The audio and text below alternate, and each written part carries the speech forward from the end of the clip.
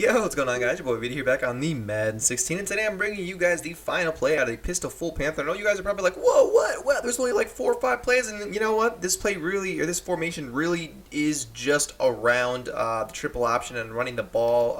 I guess you could. I'm not even gonna make a video on this, but PA boot is definitely a play you guys could run. I'm sure people know how to run that play. If not, I'm not even gonna bother showing you guys because I don't think it's that good.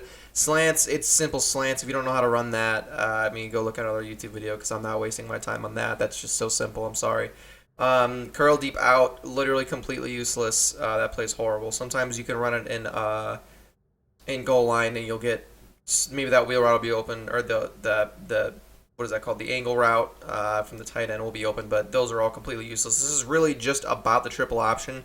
But we do have a nice play right there, PA flooded fullback slip. Before I get into that, this is out of the Pistol Full Panther, and I'm pretty sure only the Panthers playbook has this. I have other playlists on my channel with all the formations that I've broke down. You guys should go check that out. You just click on my channel, go to my playlists, and they're all named after the formations I'm running. And they're all in the Carolina Panthers playbook.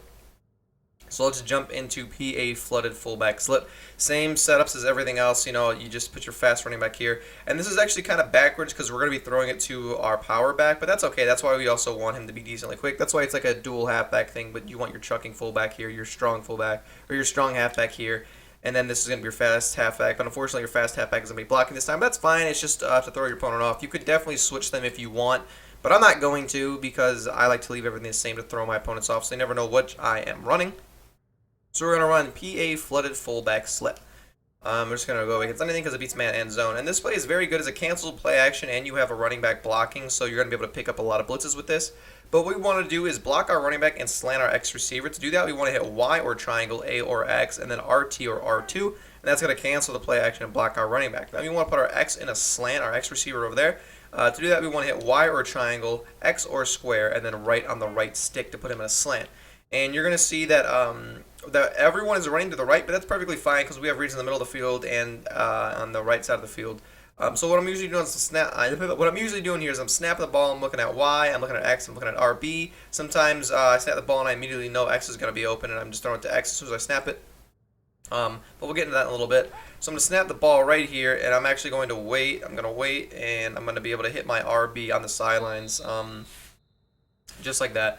And we're going to easily be able to, I could probably dot my way all the way up and down the field with this formation, just the few passing plays I have in right there. Ted Ginn doesn't really have the best catch on traffic, so he's going to drop it.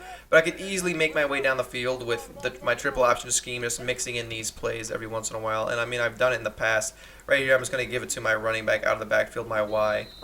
Jonathan Stewart isn't really that fast, but we might be able to hit the edge with a faster running back. I'm not really worried about it. So let's just snap the ball again, and we're going to actually hit our slant. And number 28 actually fell back. I thought he was going to play it for a second, but he did not. So we're going to be able to hit our slant again. And, you know, the slant's going to beat man and zone if you throw it at the correct time. RB is going to beat man and zone if you throw it at the right time.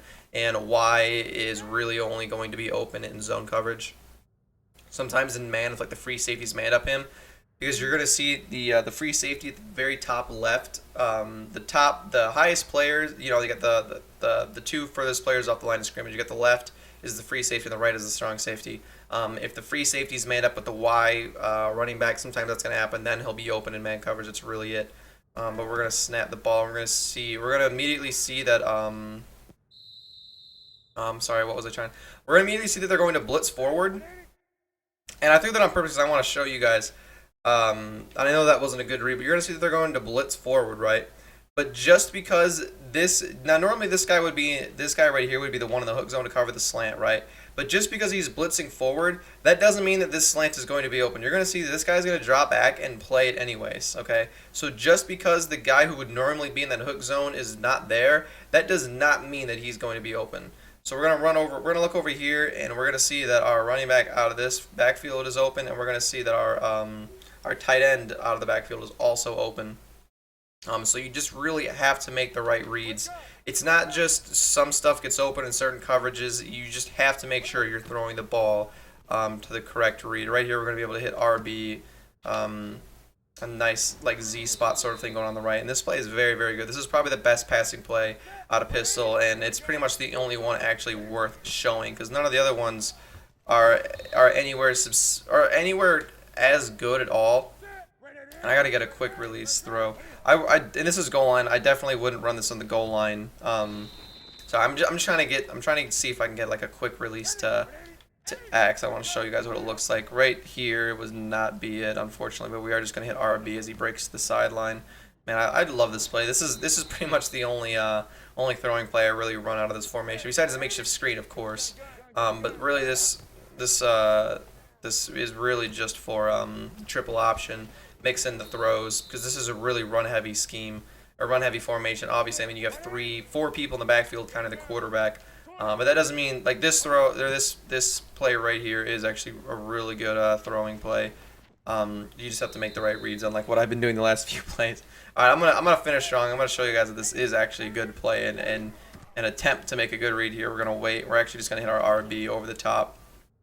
And obviously, the quicker your receiver, the quicker your tight end, the more yards you're gonna be able to get, and the better chance they have at breaking open in man coverage. That is a pretty good man breaking route too. I know it looks really weird, but it does break man coverage pretty well. Right here, we're gonna hit the slant.